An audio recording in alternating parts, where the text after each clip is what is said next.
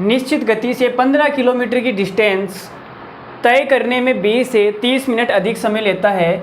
यदि ए अपनी गति को डबल कर देता है तो वह 20 से 1 घंटा कम समय में समान दूरी तय करता है। सवाल में साफ साफ बोला है कि समान दूरी, सवाल में बोला ही गया है समान दूरी, नहीं भी बोले तो हम समझ जाएंगे कि समान दूरी है। तो सवाल में क्या है, डिस्टेंस फिक्स है जी, जो डिस्टेंस है वो क्या है, डिस्टेंस आपको दे रखी है फिक्स है, ठीक है। और जब डिस्टेंस फिक्स होती है तब हमें पता है स्पीड और टाइम का रेशियो एक दूसरे के उल्टे होते हैं। तो यहाँ पे देखो कौन कर रहा है, डबल ए डबल कर रहा है, तो सबसे हम पहले लिखेंगे ए और यहाँ पर भी ए और यहाँ पे लिखेंगे बी, ठीक है। तो ए की स्पीड आ जाएगी यहाँ पे और यहाँ पे टाइम आ जाएगा। तो स्पीड डबल कर रहा है मतलब पहले 1 थी, 1 से 2 कर दी। स्पीड डबल करने का मतलब यही तो है ना भाई, 1 से 2 कर दी, डबल कर दी। तो टाइम कितना हो जाएगा, टाइम उल्टा हो जाएगा, 2 से 1 हो जाएगा, ठीक है। अब टाइम का गैप कितना है, तो आप बोलोगे सर टाइम का गैप है 1, इस 1 की वैल्यू कितनी आएगी, निकालते हैं। तो देखो 15 किलोमीटर की दूरी तय करने में 20 से 30 मिनट अधिक लेता है। 20 से कितने अधिक लेता है, 30 मिनट, ठीक है। लेकिन जब इसने अपनी स्पीड डबल कर ली तब क्या ले रहा है, तब 20 से 1 घंटा कम लेता है। 1 घंटे का मतलब क्या हो गया, 1 घंटे का मतलब क्या हो गया, 60 मिनट, 60 मिनट कम लेता है, ठीक है जी। फिर आगे क्या निकालना है, तो आप बोलोगे कि सर टाइम का जो गैप है, 1 प्लस है 1 माइनस है, तो 90 मिनट आ जाएगा टाइम का गैप। टाइम का गैप कितना आ जाएगा, 90 मिनट। 90 मिनट का मतलब हो गया 1.5 घंटा। तो 1 की वैल्यू आ गई 1.5 घंटा, 1 घंटा और 30 मिनट भी आ गई हमारे पास 1 की वैल्यू। अब हमें निकालना है कि बी की स्पीड निकालनी है, बी की स्पीड निकालनी है। बी की स्पीड निकालने के लिए हमें क्या करना पड़ेगा, बी का टाइम निकालना पड़ेगा।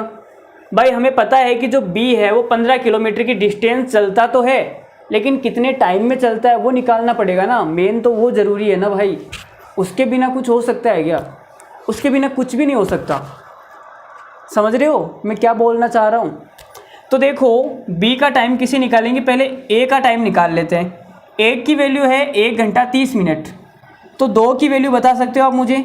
तो आप बोलोगे सर 2 की वैल्यू है ना, 2 की वैल्यू आ जाएगी आपके पास में, डबल करेंगे तो 2, 1.5 का डबल कितना होता है, 3 घंटे, 3 घंटे आ गया। अब जब स्पीड 1 थी तब टाइम 3 घंटे लेता था, और ये जो 3 घंटे का टाइम है ना, ये 20 से 30 मिनट ज़्यादा है भाई, इसको 3 घंटे लग रहे हैं। ध्यान से समझना, फील करना अंदर से, ठीक है। जो ए है इसको 3 घंटे लगते हैं और 20 से 30 मिनट ज़्यादा है, तो बी को कितना लगेगा, बी को कितना लगेगा, बी को लगेंगे 2.5 घंटे। अरे भाई 2.5 घंटे तो लगेंगे, नहीं समझ में आएंगे, 2.5 घंटे, 2 घंटे और 30 मिनट, 2 घंटे और 30 मिनट ही तो लगेंगे। अब 2 घंटे 30 मिनट से 30 मिनट ज़्यादा करूँगा तो 3 घंटे हो जाएंगे। चलो इधर से नहीं समझ में आया तो कोई बात नहीं, इधर से समझाता हूँ, ठीक है। 1 की वैल्यू है 1 घंटा 30 मिनट, 1 की वैल्यू है, तो यहाँ पे एक ही टाइम है, एक ही टाइम है ना, तो यहाँ पे इसको 1 घंटा और 30 मिनट लगते हैं, ठीक है जी, 1 घंटा और 30 मिनट। समझ में आ गई बात। अब आप बोल रहे हो कि 20 से 60 मिनट कम है, ये जो 1 घंटा 30 मिनट है ना, ये इस 20 से 1 घंटा 30 मिनट का 60 मिनट कम है ना, ये जो 1 घंटा और 30 मिनट है ये 20 से 60 मिनट कम है। तो ज़्यादा करेंगे तो कितना हो जाएगा, ज़्यादा करेंगे तो कितना हो जाएगा, 2 घंटे और 30 मिनट हो जाएंगे ना। अभी भी नहीं समझ में आया, 2 घंटे और 30 मिनट मतलब 2.5 घंटे।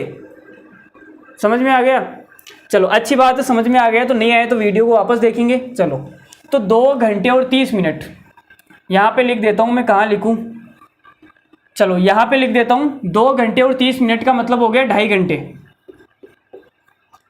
2.5 घंटे में ये भाई साहब कितना चलते हैं, आप बोलोगे 15 किलोमीटर, और हमें इनकी स्पीड निकालनी है। तो स्पीड का मतलब होता है 1 घंटे में चलने वाली दूरी। तो कितना हो जाएगा, आप बोलोगे सर 2.5 घंटे की जगह आप ऐसा भी तो लिख सकते हो ना, 5/2। तो 5 एकम 5, 5 तिया 15, और ये 2 उधर चला जाएगा, तो 1 घंटे में कितना आ जाएगा 6 किलोमीटर। और 1 घंटे में चलने वाली दूरी को हम क्या बोलते हैं स्पीड। तो आंसर कितना आएगा 6। Option number B is the right answer. मैंने सवाल को आपको समझाने के लिए इतना बड़ा लिखा है, इतना लिखने की ज़रूरत है नहीं। पेपर में आप करोगे डायरेक्ट स्पीड 1 से 2, 2 से 1, टाइम का गैप लिखा, 1 घंटा 30 मिनट, ये 3 घंटा आया, आधा घंटा कम किया, 2 घंटे 30 मिनट, डायरेक्ट आंसर। इतना लिखना थोड़ी ना, ये तो मैं आपको समझा रहा हूँ भाई, क्लास चल रही है यहाँ पे, कोई प्रैक्टिस क्लास थोड़ी ना है, ठीक है। तो ये समझाने का तरीका है ताकि आपको पूरा समझ में आए, तभी एक एक बात यहाँ पे लिखनी